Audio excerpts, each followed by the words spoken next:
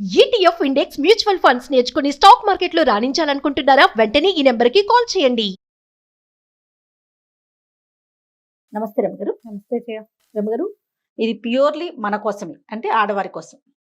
పని ఒత్తిడిని తగ్గించే టెక్నిక్స్ ఏమన్నా ఉంటాయా? ఎందుకంటే ఇంటా బయట కూడా పరుగులు పెట్టాల్సిన పరిస్థితి. ఇక్కడ ఉంటాము, ఇంట్లో గురించి ఆలోచిస్తూ ఉంటాము. పిల్లలు ఏం చేస్తారు, ఎలా ఉన్నారు, నైట్కి ఏం వండాలి, రేపొద్దున బ్రేక్ఫాస్ట్ ఏంటని.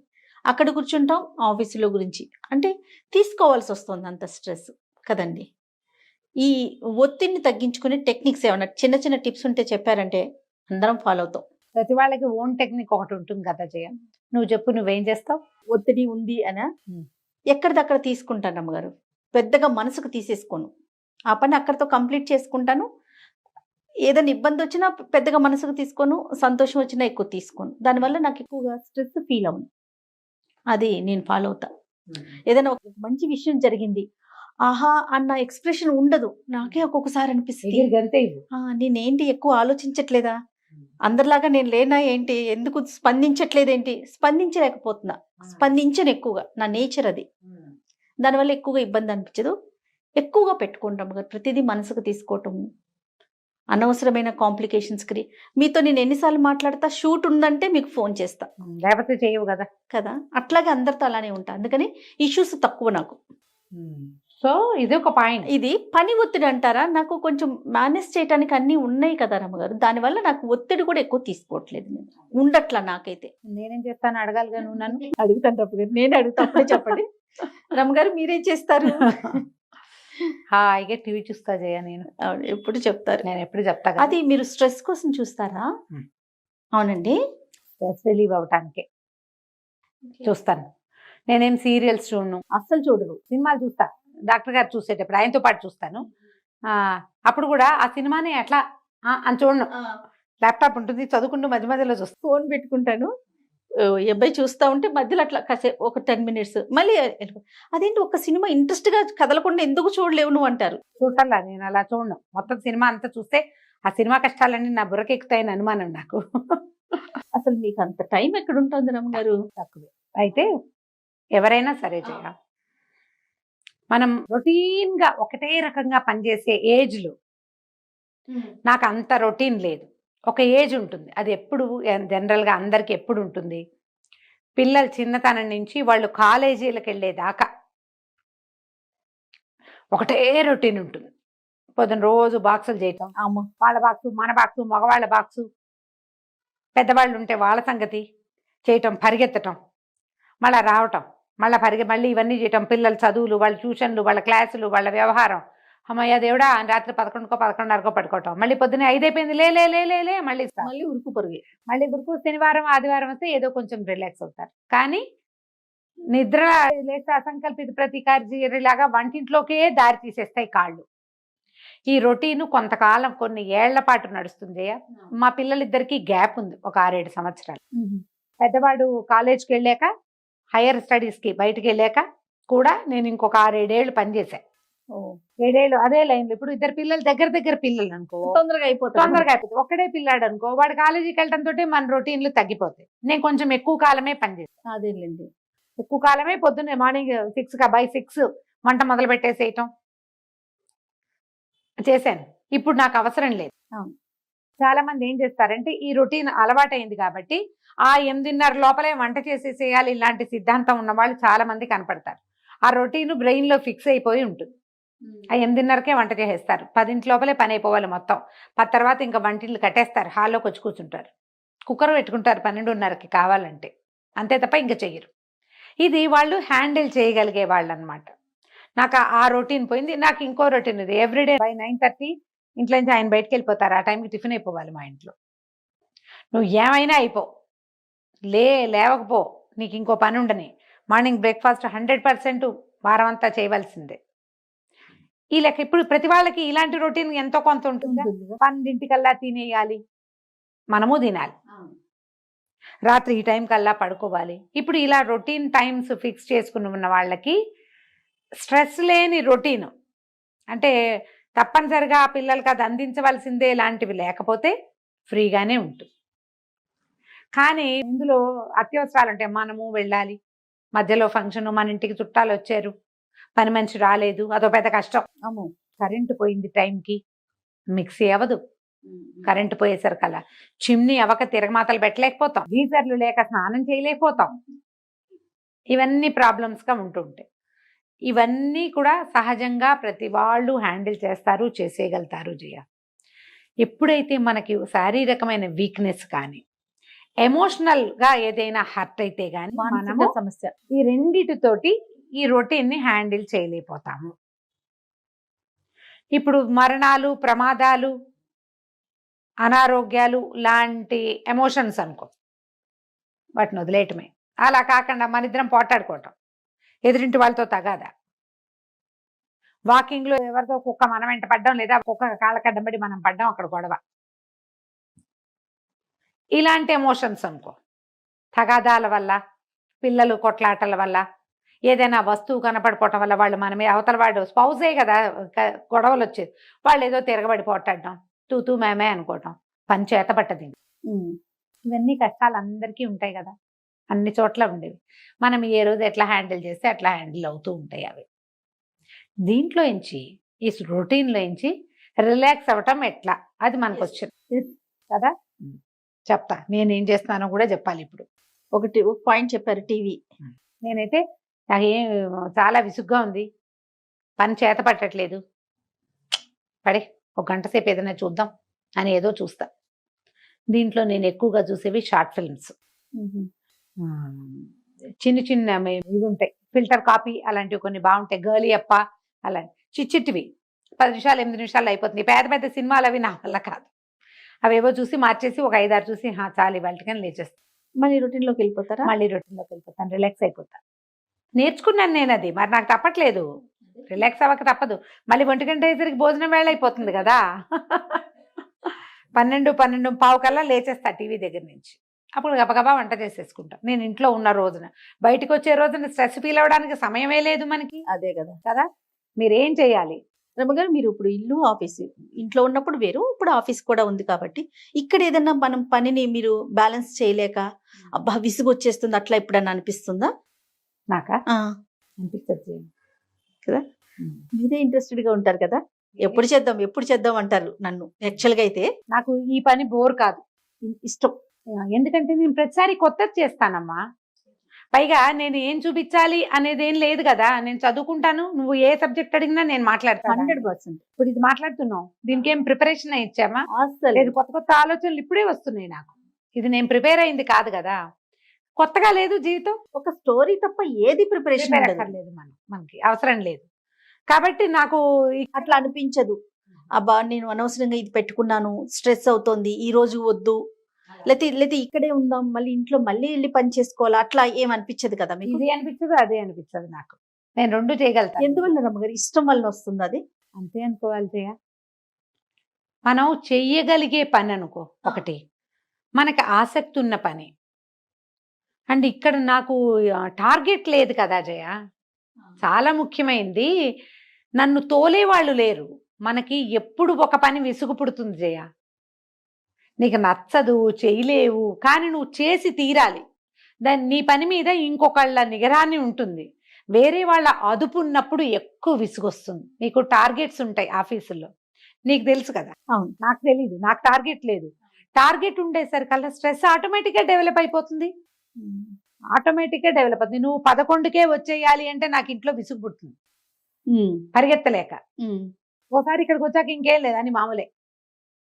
ఎప్పుడైనా విసుగ్గా వస్తానా జయా? నేను ఏ రోజు చూడలేదండి. నేను విసుగ్గా రాను. లోపలికి వచ్చాక అంటే కెమెరా ముందు చెప్పొచ్చు చెప్పకూడదు, బాగోలేదంటారు హెల్త్, అయినా సరే రేపు చేసేద్దాం జయ అంటారు. ఎందుకు రమ్మగారు ఒక రోజు రెస్ట్ తీసుకోవచ్చు అంటాను నేనే. ఎప్పటికైనా మనం చేయాల్సిందేగా ఆ థాట్ నాకు భలే ఇంట్లో నచ్చుతుంది. అయినా పడుకునేది, అదేదో అక్కడ ఖాళీగా కూర్చుని టీవీ చూడడం తప్పిస్తే చేసేది ఏమి ఉండదు కదా. మీరు ప్రధానమైంది ఇష్టపడి చెయ్యాలి. ఒకటి టార్గెట్ ఉండేసరికి నీకు ప్రెషర్ ఉంటుంది, కానీ టార్గెట్ లేని ఉద్యోగాలు ఎవరికి దొరుకుతాయమ్మా? చాలా కష్టం, చాలా కష్టం. ప్రతి వాళ్ళకి ఎక్కువ భాగం టార్గెట్సే ఉంటాయి. టార్గెట్స్ ని వేసి ఎవరైనా మనని పుష్ చేస్తుంటే మనకి నొప్పి వస్తుంది. మనమే వెళ్తే అది ఈ పాయింటే చెప్తున్నా. మనమే టార్గెట్ వెళ్ళాలి. ఉండటం ఒక ఎత్తు, దాన్ని పుష్ చేయటం ఒక ఎత్తు. ఆ టార్గెట్ వైపు మనమే వెళ్ళటం వేరు. నేనే వెళ్తా ఆ నువ్వు టార్గెట్ వెళ్తావు, వైపు. అందుకే నీకు స్ట్రెస్ లేదు. లేదు నాకు ఏ టార్గెట్ లేదు కాబట్టి నాకు స్ట్రెస్ లేదు. నేను ఎలా దీన్ని పెంచాలి అవన్నీ నా ప్రయత్నం కాదు. అవును. నేను చాలా హ్యాపీగా ఉండటానికి ఇది ఒక పెద్ద కారణం.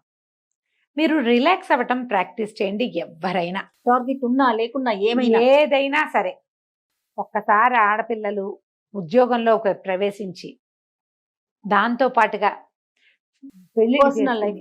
పెళ్ళిళ్ళు చేసుకుని మళ్ళీ గోయింగ్ టు ఫ్యామిలీ వే పిల్లల్ని కనడానికి వెళ్తున్నప్పుడు ఓన్ రిలాక్సేషన్ మెథడ్స్ ప్రతి వాళ్ళకి ఉండాలి.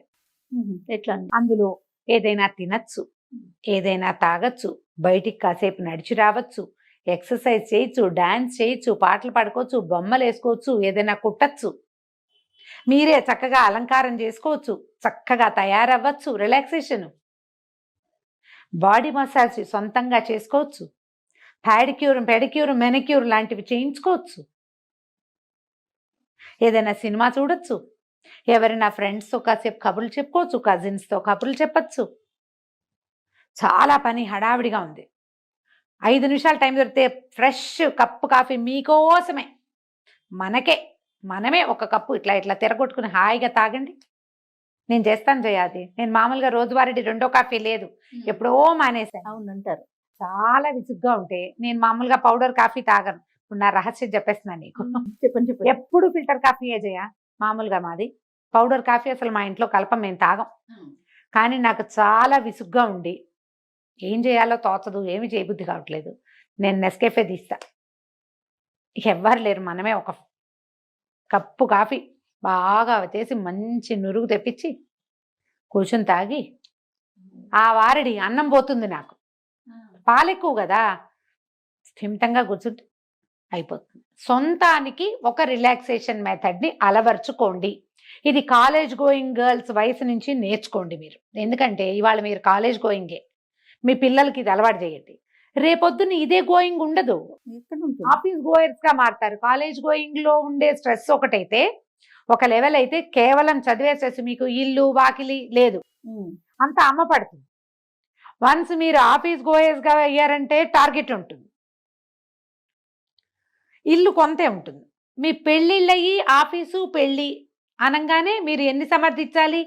ఇల్లు, హస్బెండ్, మన సాటిస్ఫాక్షన్తో పాటు అవతల వాటి సాటిస్ఫాక్షన్, ఇన్లాస్, వాళ్ళ కుటుంబానికి ఒక ప్రత్యేక సమాజం, వాళ్ళవేవో పద్ధతులు, వాళ్ళ చుట్టాల్లో కలవటాలు, వాళ్ళకే ఇంపార్టెంట్గా ఉన్నారు, మనం ఇంపార్టెంట్గా లేవని అప్పుడప్పుడు మనకు కనపడుతుంటుంది. దానంతా హ్యాండిల్ చేయొద్దు. మీ ఇంట్లో మీరు ఎంత ఇంపార్టెంట్లో వాళ్ళ ఇంట్లో కూడా మీరు అంతే ఇంపార్టెంట్గా అవ్వటానికి ఒక టైము పడుతుంది, బాగా సమయం. సినిమాటిక్గా మీరు వెళ్ళిన 2వ రోజు నుంచి మీ ఇంటికి పెత్తనం అప్పచెప్పి, మీ చేతికి పెత్తనాలు అప్పచెప్పి, తాళాలు ఇచ్చేసి అంతా జీ హుజూర్ అని చచ్చినా అనరు, జరగదు. పిల్లలు పుట్టాక కూడా టైం తీసుకుంటుంది. ఇన్లాస్ పెద్దవాళ్ళు సమర్థులైన అత్తగారులు ఉంటే వాళ్ళు అసలు రానివ్వరు మీ చేతిలోకి. మీరు హ్యాండిల్ చేయగలిగేది ఈ హస్బెండ్నే. మీరు అక్కడేదో వాళ్ళు సరిగా ఇవ్వటం లేదని వీడిని పోక్ చేస్తుంటే ఈ అబ్బాయి దగ్గర రావాల్సిన ఇంపార్టెన్స్, వాడి దగ్గర జరిగే గోము ముద్దు కూడా పోగొట్టుకుంటాం మనం. ఆ మాత్రం ముచ్చట కూడా పోతుంది. ఇది ఎంతసేపు నచ్చబెడుతుందిరా దేవుడా అంటాడు. రమ్మగారు, ఇవాళ రేపు ఇంకా ఇన్లాస్ కిందే ఉండే కోడళ్ళు ఉన్నారా? ఉన్నారమ్మా, ఎందుకు లేరు? 100% ఉన్నారు. నీకు ఎలా ఇల్లు వదిలిపెట్టి సెపరేట్ కాపరాలు పెట్టుకున్న వాళ్ళు కనపడుతున్నారో, ఎందుకు నువ్వు మన ఆఫీస్లోనే చూడు, ఇన్లాస్లో ఉన్న వాళ్ళు లేరా? ఉన్నారు కదా. ఆలోచించండి. తగ్గిందేమో అని అనిపిస్తుంది. తక్కువ అయినా కానీ పోలేదు. వేరే ఊళ్ళలో వేరే దేశాల్లో ఉండి కూడా అత్తగారుల కోడళ్ళని కంట్రోల్ చేస్తూనే ఉన్నారు ఇప్పటిదాకా. ఇక్కడ నుంచి చేస్తారు, పోగొట్టుకుంటాం. అందుకని సొంతంగా రిలాక్స్ అవ్వటం ఎట్లా? దీంట్లో రోడ్ల మీద నడిచేయటము తిరిగేయటము అని పెద్దగా పెట్టుకోకండి. మాట వరుసకు చెప్పా, కాస్త ఎక్కడికైనా గాల్లోకి నడిచి వెళ్ళటం, ఓ మార్నింగ్ వాక్, ఒక ఎక్సర్సైజ్, సొంతంగా ఓన్ టైం అనేది పెట్టుకోండి. ఇది అలవర్చుకోండి. ఇది మనం ఉద్యోగాల్లో చేరినప్పటి నుంచి స్టార్ట్ చేస్తే, దీంట్లో ఎవరితోటో ర్యాండమ్ పీపుల్తో చాట్ చేయటం చేయబోకండి. ఇది మీ వైవాహిక జీవితాన్ని చిక్కుల్లోకి నెట్టచ్చు. పర్సనల్ స్పేస్ అంటే ఎవరితోటో పర్సనల్ థింగ్ చచ్చినా కాదు. ఎగ్జాక్ట్లీ రమ్మగారు, అస్సలు కాదు. ఆ ర్యాండమ్ పీపుల్ మీ క్లోజ్ ఫ్రెండ్స్ని ఉంచుకోండి. ఫ్రెండ్స్తో కబుర్లు చెప్పుకోండి, గప్పాలు కొట్టండి కాసేపు, గాసిపింగ్ చేయండి, గర్ల్ గాసిపింగ్ ఓకే, కానీ బయట వాళ్ళతోటి మాత్రం కాదు. ఈ రోజున ఈ చాలా రకాల మానసిక సమస్యలకి, ఈ డివోర్స్ కి, హస్బెండ్స్ తోటి ఎంతసేపు గొడవలు రావడానికి కారణము ఈ ర్యాండమ్ పీపుల్ తోటి మాటలు. ఆ పని మాత్రం చెయ్యదు. స్ట్రెస్ ని అక్కడ తగ్గించుకోవద్దు. అక్కడ ఎవరితోటో మాట్లాడి అమ్మాయి అదేదో ఎక్సైట్మెంట్, డెఫినెట్ గా ఎక్సైట్మెంట్ కలిగిస్తుంది జయ, నేను చెప్తున్నా ఆ మాట నిజంగా. వాళ్ళు ఎవరితోటో మాట్లాడుతుంటే మనకి ఈ గొడవలు ఏముండవు, వాళ్ళకి మనకి లావాదేవీలు ఉండవు, ఏవో పిచ్చి కబుర్లు. చివరికి అది ఫ్లర్టింగ్ లోకి, తర్వాత ఇంకా దేంట్లోకో దింపుతుంది. అవునండి. అందులోకి దిక్కండి. వాటిలలో కలదు క్లాస్మేట్స్, ఫ్రెండ్స్, కలీగ్స్, కజిన్స్, చుట్టుపక్కల మన కొలోనియల్ కజిన్స్, చుట్టుపక్కల ఇళ్లలో ఫ్రెండ్స్, చిన్నప్పటి ఫ్రెండ్స్ ఉంటే అందరినీ హలో హలో అంటూ ఉండండి, ఎవరితోటి మాట్లాడండి. తర్వాత ఇంకోటి చెప్తా, ఏ పని ఎక్కువ అనిపిస్తుందో దాన్ని చేసి పారేయండి. నేను చేస్తా జయాది కూడా. బట్టలు మొత్తం తీసేసి సర్దుతాను. ఇది వరకు ఎవరో ఒక మనిషి దొరికేవాళ్ళు, ఇప్పుడు మనుషులు లేరు. నేనేదో ఒక నా వీడియో ఒకటి పెట్టుకుని ఆ కథ నడుస్తూ ఉంటుంది, నేను బట్టలు సర్దేస్తాను. నా స్ట్రెస్ మేనేజ్ అవుతుంది దీనికి. మీకు మీరేనండి. మరేం చేస్తాం, ఏదో కథ వింటాను. ఎవరివైనా వినడానికి అంత ఓపిక లేదమ్మా నాకు ఇప్పుడు. బాగుంది రమ్మగారు. నిజంగా నేను చేస్తున్నా ఆ పని. నీది నువ్వే ఎందుకు వింటున్నావని అడుగుతున్నారు మా వాళ్ళు. అడుగుతున్నారా? అడుగుతారు. నేను చెప్పిన కథే నేను వింటాను. కొన్నిటికి నాకే నవ్వొస్తూ ఉంటుంది. నిన్నే విన్నాను. బ్రహ్మాండమైన కథ, నలదమయంతుల కథ ఎంత బాగుంటుంది, సూపర్ భలే కథ. కదా. ఊర్వశి పురూరవ సంవాద మీరు సూపర్. అప్పుడు మంచి మంచి కథలు చెప్పేవారు నేను రమ్మగారు. ఇప్పుడు చెప్పట్లేదా? అసలు ఎంత మంచి మంచి కథలండి. అబ్బా అబ్బా. మేము ఇప్పుడు కూడా మంచి కథలే చెప్తున్నాం, మీరు గుర్తుపెట్టుకోవట్లేదు బాగా. నలదమి అంటే అసలు అద్భుతం. సూపర్ కథ కదా. అలాంటిది ఏదైనా ఒక సిరీస్ పెట్టుకుంటే దాని దారిన అది కథ నడుస్తూ ఉంటుంది, నా దారిని నేను పనిచేస్తాను. సినిమా పాటలు అట్లా పెట్టుకోరు రమ్మగారు? డివోషనల్ సాంగ్స్ తక్కువే చేయ, తక్కువే. నేను వీడియోలు చూసేటప్పుడు పెట్టుకుంటా హరికథలు. ఇప్పుడు ఒక హరికథ వింటున్నా, సింహాచల శాస్త్రి గారిది.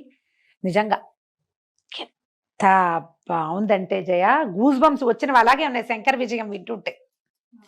అసలు గూస్ బంప్స్ పోలేదు, నిజంగా అంత బాగుంది. అంత బాగుంది. సింహాచల శాస్త్రి గారు సూపర్. అది ఏదో ఒకటి రిలాక్స్. మీరు ప్రతి వాళ్ళకి ఇప్పుడు మీరు ఇద్దరు ముగ్గురు కామన్ గా రిలాక్స్ అవుదామన్న పాయింట్ పెట్టుకోవద్దమ్మా. మనది మనమే, వాళ్ళు కూడా మనలాంటి వాళ్ళు అయితే ఓకే, వేరే కదా.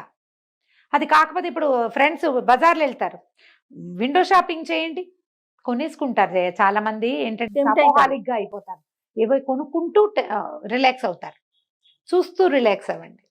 ఏదైనా చిన్న ట్రిప్కి వెళ్ళండి, ఓ పూట ఒక దేవాలయానికి వెళ్ళండి, కొత్తగా తెలియని దేవాలయం ఎక్కడో దూరం, పొద్దునండి సాయంత్రం వచ్చేది, అలా వెళ్ళండి. స్ట్రెస్ మేనేజ్ అవుతుంది. ఒత్తిడిని తగ్గించుకోవడానికి సార్వజనీన ఐడియా తిండి తాగుడు. అవేవో తాగడం కాదు, కాస్త వేడివేడి టీ, కొంచెం గ్రీన్ టీ, మంచి కాఫీ, బాదం పాలు మహా బాగుంటుంది జయ. బాదం పాలు తాగినా స్ట్రెస్ రిలీవ్ అవుతుంది. వేడి వేడి బాదం పాలు తాగండి చక్కగా. ఏ వాసిరెడ్డికో అదేమిటి ఇంకొకటి ఉంది మనకి అభిరుచి, వాళ్ళ దగ్గర హాట్ బాదం మిల్క్ ఇస్తారు, హ్యాపీగా తాగండి. లేదా చల్లటివి తాగితే బాగుండు అనిపిస్తే ఏదైనా ఒక చల్లటివి తాగండి. ఇందులో కార్బనైజ్డ్ డ్రింక్స్ అవేమిటో డ్రింకులు వాటికి వెళ్ళకండి, మంచివి తాగండి చక్కగా. రూ అఫ్జా లాంటివి తాగొచ్చు. మీకు ఇష్టమైన పనులు ఏమున్నాయో వాటిని బయటికి తీయండి, అవి నేర్చుకోండి, నేర్పించండి, అవి చెయ్యండి. ఇవి కూడా మీకు స్ట్రెస్ రిలీవ్ అవ్వడానికి ఉపయోగపడతాయి. ఒత్తిడిని తగ్గించేందుకు ఇంతకంటే బ్రహ్మాండమైన మార్గాలు నేనేం చెప్పలేను, ఇంత మటుకే చెప్పగలుగుతా. దాంతో పాటు జయ, ఎక్కడ స్ట్రెస్ని అక్కడ హ్యాండిల్ చేయటం ప్రాక్టీస్ చేయాలి. ఆఫీస్ స్ట్రెస్, ఉద్యోగాల్లో టెన్షన్, దీన్ని ఇళ్ళకి మోసుకెళ్ళి ఇంట్లో రుసరుసలాడుతూ దొమదొమలాడుతూ గిన్నెలు విసిరేసుకుని సరిగా వంట చేయకుండా ఏదో ఒకటి బయట నుంచి తెప్పించేద్దాంలే అని ఇలా చేయొద్దు. ఆఫీస్ స్ట్రెస్ని ఆఫీస్లో వదిలిపెట్టండి, ఇంటికి ఫ్రెష్గా వెళ్ళండి. ఇంట్లో స్ట్రెస్, ఇంట్లో ఏవో గొడవలు అవి తెచ్చి ఆఫీస్కి తెచ్చి ఆఫీస్లో దుమదుమలాడుతూ సబార్డినేట్స్ని తిట్టేస్తూ, ఎవడైనా ఒకడు ఉంటాడు వాడిని కూడా తెగదిట్టిపోసి ఎవరు దొరుకుతారా అని చూసి ఈ పద్ధతి మార్చేసుకోండి. మీరు ఒక్కసారి ఈ కంపార్ట్మెంటలిజం ప్రాక్టీస్ చేశారంటే అత్తగారి స్ట్రెస్ని మొగుడు మీద పిల్లల మీద చూపిస్తారు.